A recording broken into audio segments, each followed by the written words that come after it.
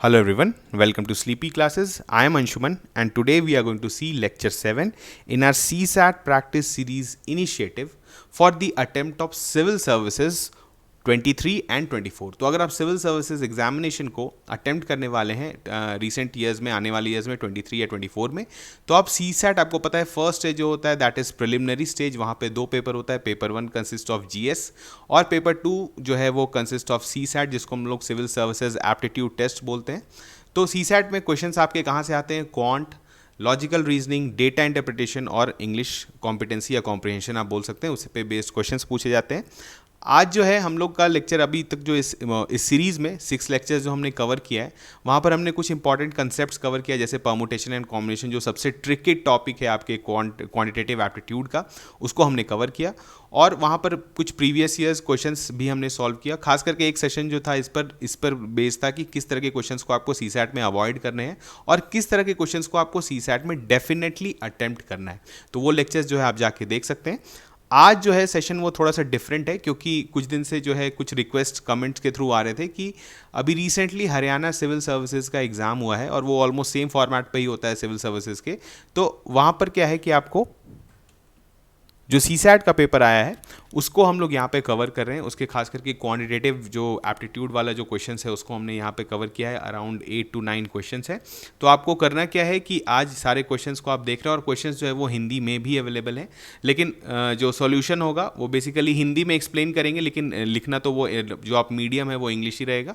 ठीक है, तो समझने में मैक्सिमम लोगों को फ़ायदा पहुंचे, इसी कारण हम लोग इस तरह से चीज़ करते हैं, क्योंकि ऑब्वियसली हिंदी और इंग्लिश का प्रॉब्लम जो है वो रहता है, लेकिन इस तरह से कोशिश करते हैं कि मैक्सिमम लोगों को बेनिफिट पहुंचे। ठीक है, अब आपको करना क्या है इस सीरीज़ में जो क्वेश्चंस हैं, तो आपको वीडियो पहले आप पॉज करिए, क्वेश्चन को खुद अटेम्प्ट करिए। ठीक है, पहले अगर आप सॉल्यूशन देख लेंगे तो आपको फ़ायदा नहीं होगा। आप ये इस सेशन को इसी समय अटेम्प्ट करें, क्वेश्चंस हमारे साथ ही अटेम्प्ट करें और फिर आप जो है इसका सोल्यूशन और एक्सप्लेनेशन दोनों हम लोग आगे देखेंगे। ठीक है, तो चलिए करते हैं start without wasting any time. पहला क्वेश्चन है आपका, देखिए क्वेश्चन आपको हिंदी में भी अवेलेबल है, तो जो भी हिंदी में पढ़ना चाहते हैं वो हिंदी में भी देख सकते हैं। ठीक है, यहाँ पे दिया हुआ है, फर्स्ट क्वेश्चन है, there are 8 patients in a hospital, the average weight of the 7 lightest patients is 45 kgs and the average weight of the 7 heaviest patient is 52 kgs. Okay, the difference between the weight of the heaviest and the lightest patient is, तो आपको जो है एक sample दिया हुआ है, basically average का question है और इस तरह का क्वेश्चन हमने बहुत किया है। Even CSAT practice series 2022 में भी हमने जब एवरेज का कंसेप्ट पढ़ा था तो वहाँ पर भी इस तरह का हमने क्वेश्चन देखा था। तो सबसे पहले हम लोग क्या है कि यहाँ पर जो है सैम्पल बना लेते हैं। सैम्पल क्या है कि यहाँ पर आपके पास टोटल जो है वो 8 पेशेंट्स हैं। ठीक है, तो यहाँ पर इस सैम्पल स्पेस में हम लोग 8 पेशेंट्स हैं, क्योंकि एवरेज का जब भी आप क्वेश्चन सॉल्व करें तो आपको इंपॉर्टेंट होना चाहिए कि पूरे सैम्पल स्पेस में आपके पास कितने सैम्पल्स हैं। तो आपके पास 8 सैम्पल्स हैं। तो हम लोग ऐसे करते हैं, देखिए यहाँ पर जो है एक क्या करते हैं कि हम लोग सारे पेशेंट्स को जो है वो वेट के अनुसार अरेंज कर लेते हैं, मतलब लोएस्ट टू हाईएस्ट अरेंज करते हैं। तो जो सबसे जिसका वेट सबसे ज़्यादा कम है उसको हम लोग एल लिख लेते हैं। ठीक है, अभी आपको पता चलेगा हम लोग ऐसा क्यों कर रहे हैं। तो जो सबसे हल्का पेशेंट है आप बोल सकते हैं उसको हम लोग एल से डिनोट करते हैं। इसके अलावा और कितने पेशेंट्स होंगे? 7।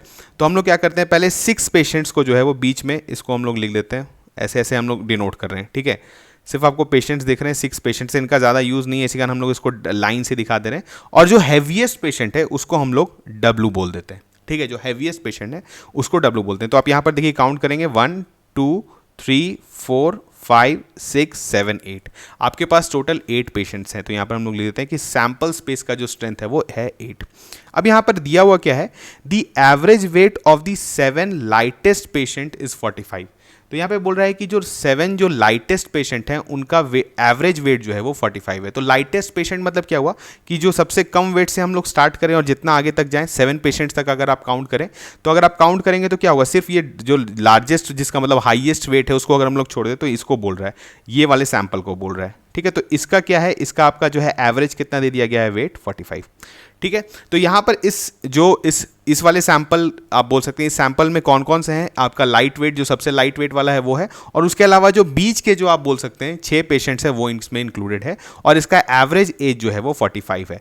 तो आप बता सकते हैं कि एवरेज अगर आपको इसका पता है कि 45 है, तो आप इन जो जितने भी हमने लिया है इसमें टोटल जो 7 पेशेंट्स है, इसका अगर वेट का सम कैसे हम लोग निकालेंगे, तो सिंपली क्या कर देंगे, आपको पता है एवरेज इनटू जो सैंपल का स्ट्रेंथ है वो कितना है 8, तो 45 इंटू 8 कर देंगे तो आपका कितना आ जाएगा, यहाँ पर अगर करते हैं तो 45 इंटू 7 हो जाएगा, यहाँ पे 45 इंटू 7 होगा तो 7 5 35, 5 3 7 4 28, तो 315 आ जाएगा। ठीक है, तो ये जो है ये किसका हो गया, किसका टोटल वेट आ गया। यहाँ से अगर हम लोग जो है लाइटेस्ट सबका, सारे जो 7 लाइटेस्ट पेशेंट्स का अगर हम लोग वेट लें तो उनके वेट का सम जो है वो 315 आ जाएगा। दूसरा क्या दिया हुआ है, weight of the 7 heaviest patient is 52 kg। अब हैवीएस्ट पेशेंट क्या होगा, तो हम लोग इस इधर से स्टार्ट करते हैं, तभी आपका वेट जो हाईएस्ट वेट वालों को हम लोग कंसिडर करेंगे।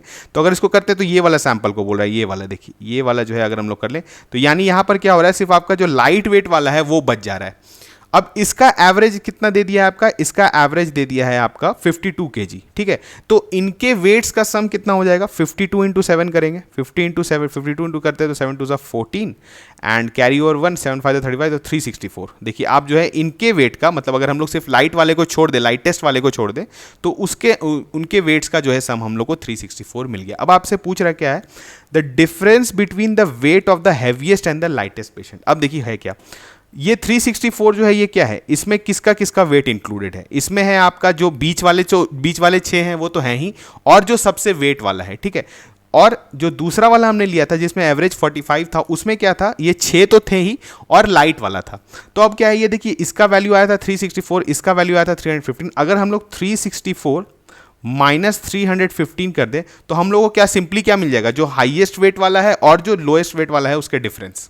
ठीक है, नहीं समझ में आया तो फिर से देखते हैं। देखिए ये 315 जो आया था ये किसका आया था, ये सम ऑफ वेट्स था किसका, जो लाइटेस्ट थे, मतलब L और +6। तो हम लोग ये जो 6 वाले पेशेंट्स हैं इसको हम लोग 6P से दिखाते, तो इसका मतलब क्या हुआ, ये किसके बराबर था, जो लाइट वेट वाला है प्लस 6 जो पर्सन्स हैं, ये 6 पेशेंट्स हैं उनका वेट था। यहाँ पर 364 क्या आया था, ये क्या था, जो हाईएस्ट वेट वाला था प्लस 6 पर्सन जो बीच वाले थे। अब आपको बोल रहा है कि हाईएस्ट वेट वाले का और लोएस्ट वेट वाले का जो है डिफरेंस कितना है, तो आप क्या करेंगे, सिर्फ आप अगर इस इक्वेशन में इस इक्वेशन को माइनस कर दीजिए तो क्या आ जाएगा, 6p तो कैंसिल हो जाएगा क्योंकि दोनों में ऐड हो रहा है, तो आपका बच जाएगा सिर्फ W माइनस L, और वो किसके बराबर हो जाएगा, 364 माइनस 315। तो बहुत ईजी क्वेश्चन है, जल्दी से बताइए इसका क्या हो जाएगा। 364 में अगर आप 315 माइनस करते हैं तो ये हो गया आपका 9, और ये हो गया आपका, अगर 5 यहाँ तो हो गया ये 49, तो आपका सही ऑप्शन कौन सा है, ऑप्शन सी। ठीक है, बहुत ही इजी क्वेश्चन था लेकिन अच्छा क्वेश्चन था। इस तरह का सिविल सर्विसेज मतलब सीसैट में भी आपसे पूछा जा सकता है, और हमने कहा कि लेवल जो होता है चाहे वो स्टेट पीसीएस का हो या सिविल सर्विसेज का हो ऑलमोस्ट सेम होता है। तो ये सारे क्वेश्चन जो है आपको अल्टीमेटली आपका जो है कंसेप्ट इंप्रूव ही करेंगे। तो चलिए देखते हैं नेक्स्ट क्वेश्चन। नेक्स्ट क्वेश्चन क्या है, total 25 students appear for an examination. Rahul and Mohan are among those 25 students. ठीक है, राहुल scores 98. अब यहाँ पे क्या है, the average score of the 24 students other than Mohan is 48 and the average score of all the 25 students is 2 more than the average score of 24 students other than Rahul. How much Mohan has scored? ठीक है, देखिए अभी question काफ़ी बड़ा है, starting में पढ़ने में जो है वो काफ़ी हर क्वेश्चन आपको बड़ा दिखेगा, और इस तरह का जो स्टेटमेंट बेस्ड क्वेश्चन होता है ये डेफिनेटली थोड़ा बड़ा स्टेटमेंट आपको दिया हुआ रहता है क्योंकि आपको पढ़ने में भी आपका टाइम लगे। ये एक तरह से आपका टेस्टिंग ही होता है कि क्योंकि अगर आपको क्वेश्चन काफ़ी ज़्यादा बड़ा दे देंगे तो आप क्वेश्चन पढ़ते पढ़ते ही थक जाएंगे या फिर आप डेविएट हो जाएंगे बीच में, तो आप क्या हो सकता है कि आप इस तरह के क्वेश्चन को गलत कर सकते हैं। तो आपको क्या करना है, क्वेश्चन को एक बार में मत पढ़िए, चलिए हम लोग स्टेप बाय स्टेप देखते हैं। तो यहाँ पर क्या दिया हुआ है, total 25 students appear for an examination. Rahul और मोहन जो है उन 25 स्टूडेंट्स में से ही 2 स्टूडेंट हैं। तो यहाँ पर हम लोग क्या करते हैं, यहाँ पर आपको सैंपल दिया हुआ है, सैंपल स्पेस हम लोग देख लेते हैं। यहाँ पर क्या है, 23 स्टूडेंट्स हैं आपके पास। ठीक है, प्लस क्या है, इसमें राहुल भी है और इसमें मोहन भी है। ठीक है, अब राहुल का क्या है कि यहाँ पर जो स्कोर है वो दे दिया गया है, वो है 98। ये हमें पता है कि राहुल का स्कोर जो है वो 98 है। अब आगे क्या दिया है, the average score of the 24 students other then Mohan is 48। तो हम लोग क्या करते हैं, ये 23 students plus Rahul plus Mohan मतलब पूरा सैंपल का, सैंपल स्पेस का जो है हम लोग क्या करें, एवरेज मान लेते हैं कुछ। ठीक है, तो चलिए ए मान लेते हैं, ए हम लोग मान लेते हैं, और टोटल कैरेक्टर्स इसमें कितने, मतलब टोटल नंबर ऑफ सैंपल्स कितने हो गए इसमें 25। तो हम लोग लिख देते हैं 25 क्योंकि 23 प्लस राहुल प्लस मोहन, तो टोटल मतलब नंबर्स ऑफ सैंपल्स कितने हो गए आपके 25। ठीक है, अब यहाँ पर दिया हुआ है the average score of 24 students other then Mohan is 48। तो यहाँ पर देखिए सबसे पहले हम लोग को क्या करना है, अगर इसका एवरेज हमने ए माना है और सैंपल का स्ट्रेंथ जो है वो 25 है, तो इनके जो स्कोर्स का सम होगा वो कैसे हम लोग निकालेंगे? सिंपली एवरेज इंटू 25 कर देंगे तो हमको सम मिल जाएगा। तो टोटल सम अगर हम लोग 23 स्टूडेंट्स के स्कोर को ऐड करें और राहुल को भी ऐड करें और मोहन के स्कोर को भी ऐड करें तो हम लोगों को कितना मिल जाएगा? 25A। ये यहां तक तो किसी को दिक्कत नहीं होना चाहिए। अब देखिए क्या बोल रहा है, the average score of 24 students other then Mohan. तो अब देखिए ये तो सम आ गया कितना आपका जो है पूरे मतलब उसमें मोहन भी है, राहुल भी है। तो अगर इसमें से हम लोग को मोहन को हटा देना है, अगर मोहन का मार्क्स को हटा देना है, क्योंकि यही बोल रहा है ना, the average score of 24 students other then Mohan, मतलब सिर्फ इस सैंपल स्पेस से अगर हम लोग मोहन का जो स्कोर हटा दें तो उसका एवरेज जो है वो 48 दिया है। तो हमने देखा कि पहले तो स्टार्टिंग में इनका सम निकाल लिया, सबका स्कोर का सम है 25 है। अगर मोहन का हम लोग मार्क्स को m मान लेते हैं तो इसको कर देंगे -m, ठीक है। अब सैंपल आपका कितना बच गया, क्योंकि आपने मोहन को निकाल दिया है तो बच गए, पहले आपके पास 25 थे, अब है 24। तो इसको डिवाइड करेंगे किससे? 24 से, ठीक है, क्योंकि आपको पता है एवरेज का वैल्यू, एवरेज का जो है फॉर्मूला क्या होता है? टोटल सम, जो sum of samples divided by total number of samples. तो यहां पर 25A माइनस m आ गया डिवाइडेड बाय 24, और ये किसके बराबर दिया हुआ है? 48 के, ठीक है। तो यहां पर से देखिए अब ए और एम आपको एवरेज भी नहीं पता है और मोहन का भी आपको मार्क्स नहीं पता है, तो आप जो है यहां पर इसको नहीं निकाल सकते। तो चलिए नेक्स्ट वाला जो है हम लोग देखते हैं, उससे हम लोग को हेल्प मिल जाएगा। यहां पर दिया हुआ the average score of all the 25 students is 2 more than the average score of 24 students other than Rahul. अब देखिए है क्या, average score of all the 25 students. तो average score of all the 25 students हमने स्टार्टिंग में ही ए मान लिया है, तो ये क्या दिया हुआ है? ए जो है वो किसके बराबर है? इज 2 मोर, मतलब 2 मोर प्लस किसके? आप बोलेंगे average score of 24 students other than Rahul. तो 24 स्टूडेंट्स का जो है अदर देन राहुल का वैल्यू कैसे हम लोग निकालेंगे? यानी हम लोग बोल सकते हैं ऐसे, average score of 24 students other than Rahul. तो सबसे पहले हम लोग ओवरऑल जो हम लोग सम निकाले थे सारे, मतलब सारे स्टूडेंट्स का, अगर 25 स्टूडेंट्स का अगर स्कोर्स का सम निकाले थे तो वो कितना था? 25A था। तो यहाँ पर से हम लोग को सिर्फ इसका राहुल का माइनस कर देना है। तो 25A माइनस राहुल का हम लोग को पता है स्कोर, देखिए आपको दे दिया गया 98, तो इसको कर दिए -98 डिवाइडेड बाई कितना हो जाएगा? क्योंकि हमने राहुल को हटा दिया तो सैंपल आपका स्ट्रेंथ कितना बचा? सिर्फ 24 का। तो ये आपका जो है आ गया। अब यहाँ से देखिए आप ए का वैल्यू निकालेंगे तो आप इसमें पुट करेंगे, आपको मोहन का स्कोर आ जाएगा। बहुत ईजी क्वेश्चन है, तो चलिए करते हैं सॉल्व। तो यहाँ पर अगर आप देखेंगे तो कितना हो जाएगा? 24A is equal to 48 plus 25A minus 98, ठीक है। तो अगर इसको सॉल्व करते हैं तो कितना आ जाता है? A इज इक्वल टू आपका हो गया 50। अच्छा, ये एवरेज जो है, एवरेज स्कोर निकल के आ गया 50, तो हम लोग को पता चल गया कि इस पूरे सैंपल का एवरेज स्कोर जो है वो है 50, ठीक है। अब चलिए इस वाले अगर आप इस वाले जो है इक्वेशन में इसको सेट करें तो 50 की जगह अगर आप 50A की जगह 50 यहाँ पुट करें तो कितना हो जाएगा? 1250 minus m by 24 is equal to 48। बस सॉल्व करिए, 1250 minus m is equal to 48 into 24 कितना होता है? 48 इंटू 24 जल्दी से करिए। 8 4 ज़ा 32, 3 4 4 ज़ा 16, 9 8 2 ज़ा 16, 1 4 2 ज़ा 8, 9, तो 2 15 1152। तो ये आ गया आपका 1250 minus m is equal to 1152। तो m जो है वो कितना हो जाएगा? 1250 माइनस 1152, तो कितना होता है? 1250 1152, तो ये हो गया 8।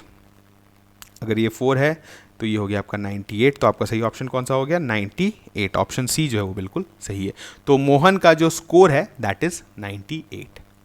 बहुत इजी क्वेश्चन था। अगेन बस एवरेज का एप्लीकेशन है, आपको एवरेज का कंसेप्ट पता है, हमने बहुत अच्छे से कवर किया। फिर से देख सकते हैं, बिल्कुल बेसिक सा कंसेप्ट होता है कि जो भी आपको सैंपल दिया हुआ है, जो हमने देखा जो सैंपल स्पेस दिया हुआ है उसमें जो टोटल सैंपल्स हैं उनका जो भी, चाहे उनका वेट दिया हो, स्कोर दिया हो, कुछ भी दिया हुआ रह सकता है, उसको आप टोटल सम करें divided by total number of samples जो भी आपने जितना लिया है उसमें। जैसे यहाँ पर हम लोग 25 टोटल सैंपल्स थे आपके, तो बस उससे डिवाइड करेंगे तो ओवरऑल एवरेज हम लोग को पता चल जाता है, ठीक है।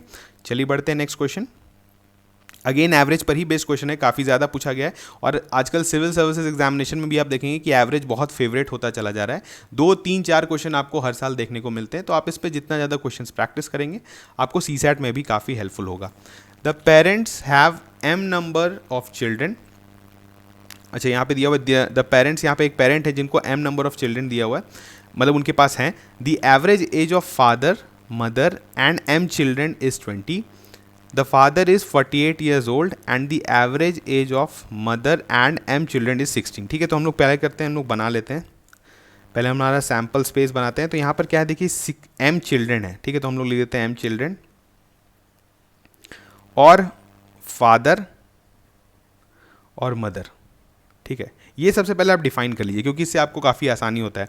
अब यहाँ पर क्या है, दी average age of father mother and m children is 20, तो इनका एवरेज एज जो है वो दे दिया गया है 20। तो हम लोग यहाँ पे लिख देते हैं कि इसका एवरेज एज जो है वो 20 है। और बताइए इसमें टोटल आपके सैंपल्स कितने होंगे, m चिल्ड्रन हो गए, मतलब आपके पास m नंबर ऑफ चिल्ड्रन है, और उसके अलावा दो कैरेक्टर्स और हैं, या आप बोल सकते हैं 2 सैंपल और हैं, फादर और मदर। तो आपका टोटल नंबर्स कितना हो गया, m+2। m तो आपके पास चिल्ड्रन ही हो गए, उसके अलावा 2, एक फादर एक मदर, तो m+2 आपका टोटल नंबर ऑफ सैंपल्स हो गए, और इसका एवरेज एज जो है वो दे दिया गया है 20। तो हम लोग आगे देखते हैं, नेक्स्ट हम लोग को क्या दिया हुआ है, यहाँ पे दिया है कि फादर का एज जो है वो 48 ईयर्स ओल्ड दे दिया गया है। ठीक है, फादर का एज हम लोग को पता चल गया कि वो है 48, और average age of mother and m children is 16। अब देखिए एवरेज एज ऑफ मदर और m number of children they दिया, यानी आप बोल सकते हैं m चिल्ड्रन प्लस एक मदर m, यानी बोल सकते हैं m+1 सैंपल का एवरेज दे दिया गया है 16।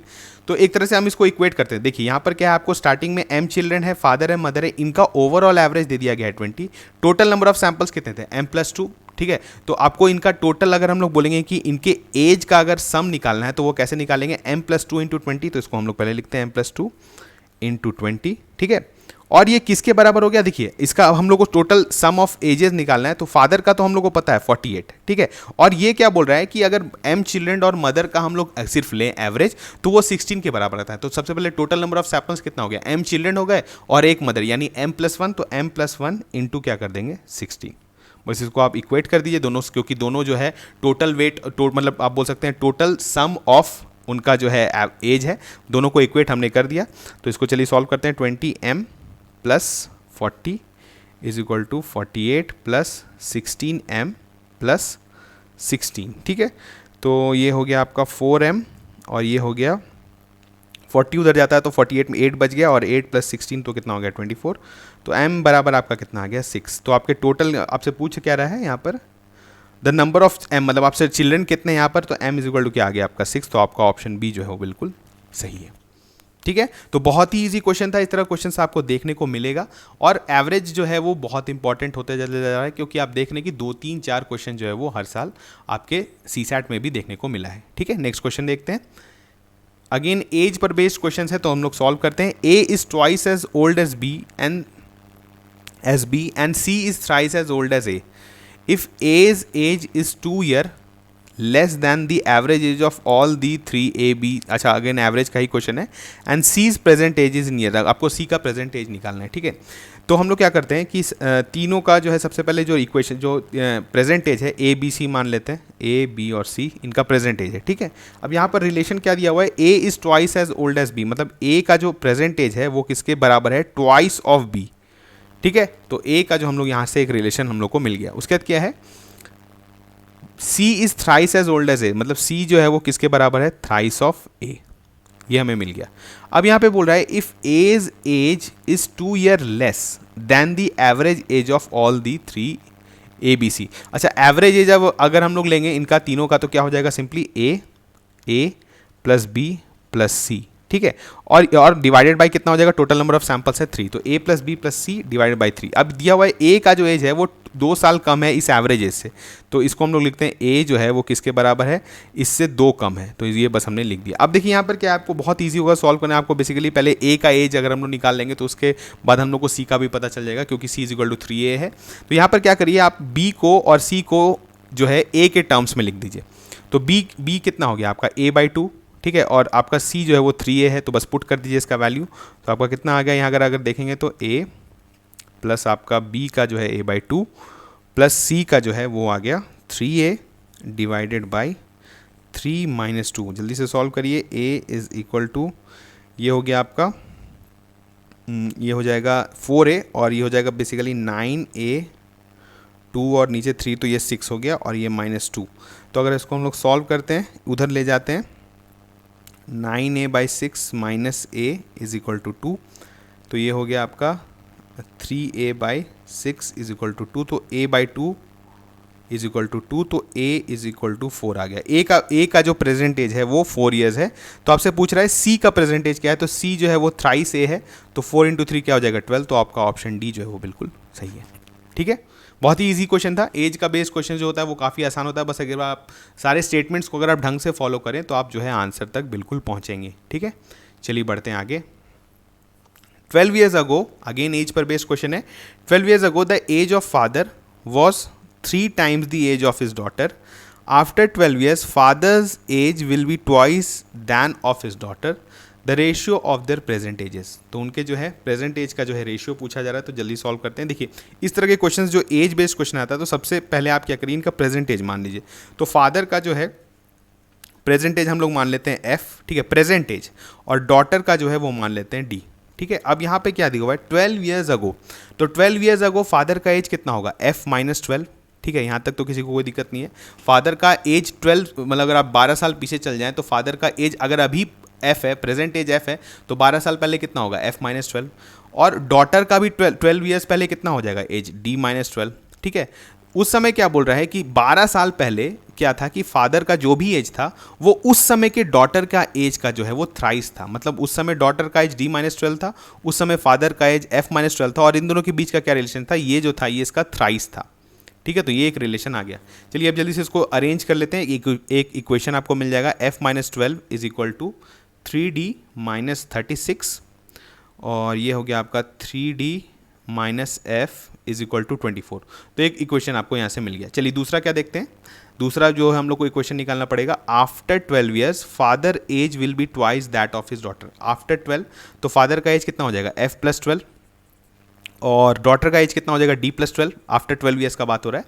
अब जब 12 साल के बाद क्या होगा कि जो भी फादर का एज है वो डॉटर का ट्वाइस होगा, तो यानी ये रिलेशन यहाँ पर जो है ट्वाइस हो जाएगा। तो इसको सॉल्व करिए, f plus 12 is equal to 2d plus 24, और इसको हम लोग अगर सॉल्व करते हैं तो हो जाएगा f minus 2d is equal to आपका 12। अब देखिए f minus 2d is equal to 12 और 3d यहाँ पर, इसको हम लोग यहाँ पर लिख देते हैं सॉल्व करने के लिए, f minus 2d is equal to 12। ठीक है, और इक्वेशन 2 आ गया। बस इसको आप सॉल्व करिए। अगर आप दोनों को ऐड करेंगे तो एफ कैंसिल हो जाएगा, तो d इज इक्वल टू कितना आ गया, 36। यानी डॉटर का जो प्रेजेंट एज है वो है 36। आपको निकालना क्या है, ratio of their present edges. ठीक है, तो डॉटर का पता चल गया, तो जल्दी से बताइए फादर का क्या होगा, किसी में भी पुट कर देते हैं। हम लोग कहाँ पे पुट करते हैं, यहाँ पर पुट करते हैं f माइनस 2d में, तो f माइनस 2d यानी 2 इंटू 36 कितना हो जाएगा, 72, और इज इक्वल टू कितना हो जाएगा, 12। तो f इज इक्वल टू आ जाएगा आपका 84। आपको फादर का जो है प्रेजेंट एज पता चल गया 84, और डॉटर का भी पता चल गया। तो f इज टू d का रेशियो कितना हो जाएगा, 84/36।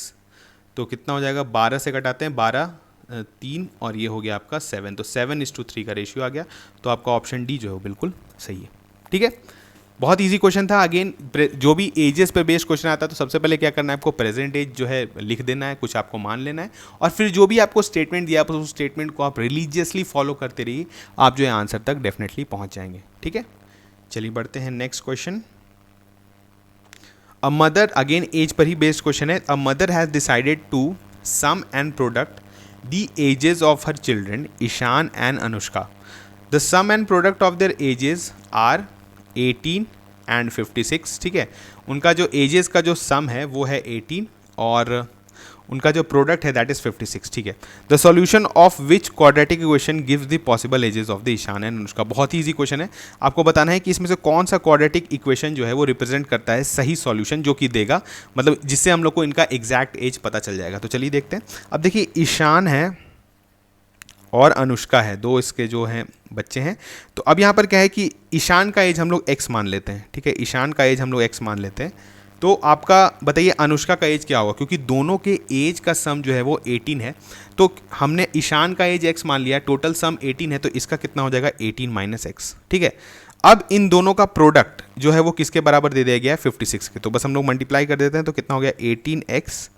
ठीक है, इसको हम लोग चलिए अच्छे से लिखते हैं, x into 18 minus x is equal to 56। तो कितना हो गया, 18x minus x square is equal to 56। अगर इसको उधर ले आते हैं, x square minus 18x plus 56 equal to 0, और आप अगर इसको सॉल्व करेंगे तो आपको जो है इसका एज भी मिल जाएगा। ठीक है, अब आपको कमेंट सेक्शन में बताना है कि इसका एज क्या होगा। आपको पता है कि क्वाड्रेटिक इक्वेशन हम लोग कैसे सॉल्व करते हैं, तो ये आपके लिए छोड़ते हैं, आपको इसको सॉल्व करना है। तो आपका सही ऑप्शन क्या हो जाएगा, कौन सा क्वाड्रेटिक इक्वेशन ये दिखा रहा है, तो वो दिखा रहा है आपका D option, option D, x square minus 18x plus 56 equal to 0। ठीक है, चलिए बढ़ते हैं नेक्स्ट क्वेश्चन में। बहुत इजी क्वेश्चन था ये। अब यहाँ पर दिया हुआ है the product of Vidhi's age in years 3 years ago and her age 5 years later from now is more than twice her present age, Vidhi's present ages in years आपको निकालना है। अगेन देखिए इधर उधर करके स्टेटमेंट आपको दे दिया जाता है, क्वेश्चन काफ़ी आसान होता है। तो सबसे पहले क्या करें हम लोग, विधि का प्रेजेंट एज मान लेते हैं वी। अब बाकी जो भी दिया हुआ है, जो भी ऑपरेशन दिया हुआ है वो हम लोग करते हैं। यहाँ पर दिया हुआ था product of Vidhi's age in years 3 years ago. अब देखिए 3 years अगो का बात हो रहा है, तो विधि का प्रेजेंट एज हम लोग वी मान लिए, तो 3 years अगो कितना हो जाएगा वी माइनस 3, मतलब 3 साल पहले जो विधि का एज था वो कितना था वी माइनस 3, ठीक है। और हर एज 5 years लेटर, इसका प्रोडक्ट दिया हुआ है, मतलब 3 साल पहले जो एज था और 5 year लेटर मतलब कितना हो गया वी प्लस 5, प्रेजेंट उसका वी है, 5 साल बाद कितना हो जाएगा वी प्लस 5। इन दोनों का जो प्रोडक्ट है वो क्या दिया हुआ है, now is more than her 5 years later from now is more than twice her present age. 3 years ago her 5 year later one more than twice her present age है, तो ट्वाइस प्रेजेंट एज कितना है we, तो उसको लिख देते हैं twice we हो गया, और कितना वह है वन मोर, तो प्लस 1 कर देते हैं। बस इस इक्वेशन को आप सॉल्व करेंगे, आपका वी का जो है विधि का जो प्रेजेंट एज आ जाएगा। तो चलिए करते हैं सॉल्व।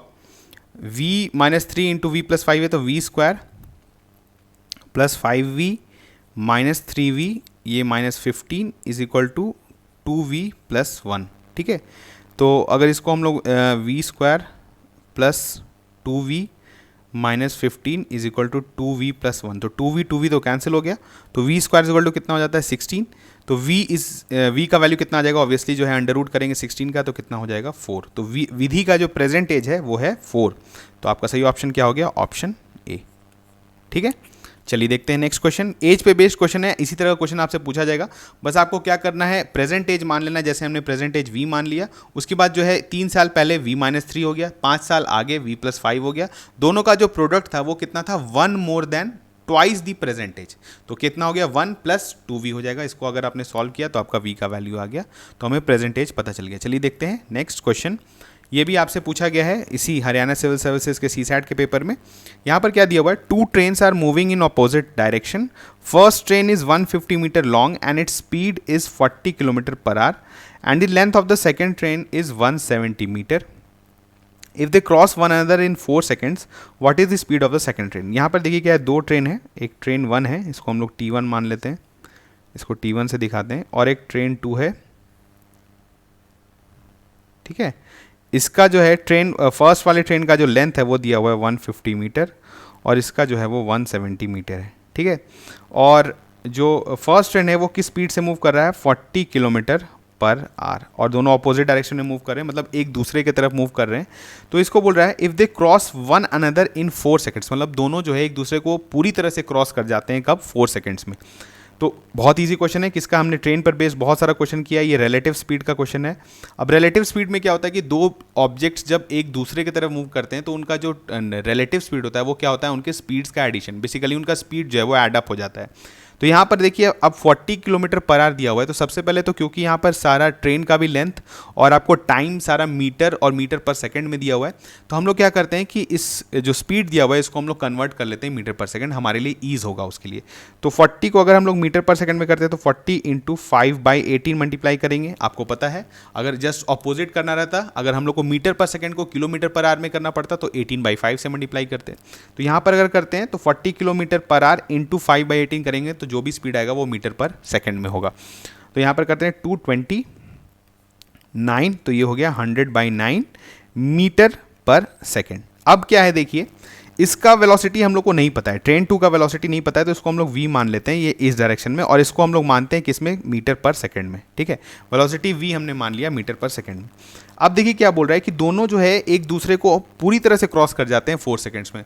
तो क्रॉस करने के लिए जो है आपको नेट इफेक्टिव डिस्टेंस कितना क्रॉस करना पड़ेगा, जो ट्रेन 1 का जो लेंथ है और जो ट्रेन 2 का लेंथ है, यानी हम लोग बोल सकते हैं 150 प्लस 170, तो आपका कितना हो गया 320, यानी 320 मीटर जो है, और दोनों जब एक दूसरे की तरफ मूव कर रहे हैं तो स्पीड एड अप हो गया है, तो ऐड यानी इसका वेलोसिटी हम लोग v माने और इसका जो है 100/9 है, तो कितना लिखेंगे v प्लस 100/9, और ये कितने टाइम में होता है, आपका होता है 4 सेकंड्स में। बस अगर आप इसको सॉल्व करिए आपका जो है वेलोसिटी आ जाएगा, क्योंकि आपसे पूछा जा रहा है speed of the second train. तो यहाँ पर हम लोग इसको सॉल्व करते हैं, तो हो गया देखिए 4 से, तो ये हो गया 80 इंटू 9 हो जाएगा और नीचे हो जाएगा 9v प्लस 100, ठीक है, और इज इक्वल टू ये हो गया 1, तो ये कितना हो गया आपका 720 is equal to 9v plus 100, तो 9v इज इक्वल टू हो गया 620, तो v इज इक्वल टू आ गया 620/9 मीटर पर सेकेंड। अब देखिए लेकिन आपके आंसर जो है वो किलोमीटर पर आवर में दिया हुआ, तो इसको हम लोग को अगेन किलोमीटर पर आवर में चेंज करना पड़ेगा। तो 620/9 अगर हम लोग को किलोमीटर पर आवर में करना है तो क्या करेंगे, जस्ट इसका उल्टा मल्टीप्लाई कर देंगे इसको 18/5 से, तो ये हो गया 9 2 18 और ये हो गया 5, अगर आप करते हैं 124, तो आपका कितना आता है 124 इंटू 2, तो 248 किलोमीटर पर आवर। तो आपका कौन सा ऑप्शन सही हो गया, ऑप्शन ए। तो आपका ऑप्शन जो ए जो है वो बिल्कुल सही है। अगेन हमने कुछ क्वेश्चंस देखा यहाँ पर।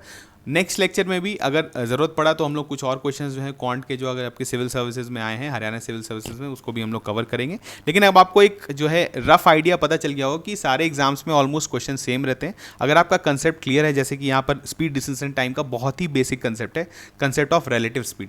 जब ऑब्जेक्ट सेम डायरेक्शन में मूव करते हैं या फिर अपोजिट डायरेक्शन में मूव करते हैं तो उस केस में क्या रिलेटिव स्पीड होता है। और ट्रेन वाला जो प्रॉब्लम है ये सबसे ही आप बोल सकते हैं ट्रेडमार्क क्वेश्चन है रिलेटिव स्पीड का। इसके अलावा और भी है, जैसे एक पुलिसमैन थीव को कैच कर रहा है तो दोनों सेम डायरेक्शन में मूव कर रहे हैं तो आफ्टर कितने टाइम के बाद जो है वो उसको कैच कर लेगा। तो इस तरह के क्वेश्चन हमने बहुत बार सॉल्व किया है, बस आपको क्या करना है, प्रैक्टिस करना है और यहाँ पर से जो है आप देख सकते हैं। ठीक है, तो चलिए मिलते हैं नेक्स्ट लेक्चर में, तब तक थैंक यू।